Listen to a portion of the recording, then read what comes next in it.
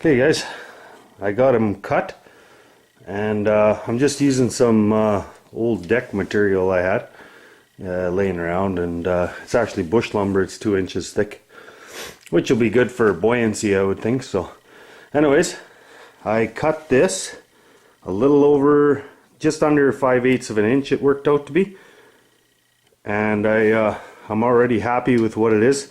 Because if you look here, there's no rocking back and forth. And those other ones, my other one there, it would do all kinds of weird things, so then you had to tighten up the springs.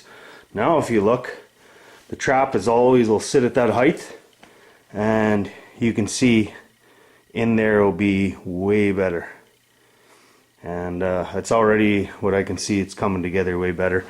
The notches, I'm leaving enough here that so when it fires, it doesn't push itself out and stuff. So as of so far, I believe it's coming together. So I'll turn you on when I get a little more done. Okay, there we go guys. She's all done. Kind of get back so you can have a better look at it. You can see these things are everything's on good. So if you got some waves or anything, these things are going to stay on. I tightened them very little though, right? And there's no movement in there, and anything can happen, you know, with the wind blowing or whatever, and it's kaboom, these things fall off or whatever. The other thing is now is down in through here we can hide the bait more, so when the beaver comes around like this, he's looking into it more.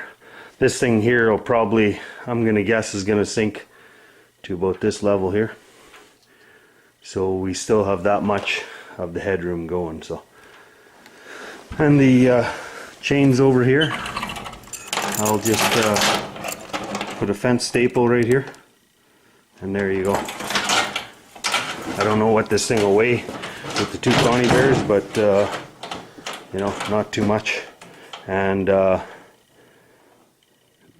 a lot more easier to handle, like, in my opinion. The downside of this thing is you're tying up 2 Connie bears, you know, like 2 330s. So, you know, when you don't have 50 or 80 traps or whatever, 20 traps, you know, you're limited to how many you want. The other thing is how many of these things do you want to make, right? They're a contraption. You ain't gonna be walking through a 1.5 miles of bush to go and set these things up, because they're not practical. You got to be where you can go with a quad, right? So anyways, that's where it is. Any suggestions? Any suggestions, guys? I'd appreciate it. I like to hear the more guys that are into it or whatever. They can. You know, everybody puts in an input, and it can be a really good thing, because one guy doesn't see something where another guy will. So if you have any suggestions, I'm glad to hear, and we can make an ultimate float then, right? So this will be okay, but other guys will have better suggestions. So if you have any, leave them in the comments, and I always appreciate to hear them. So okay guys, I'll sign out and get out in the outdoors and have fun. That's what it's all about. Okay, take care.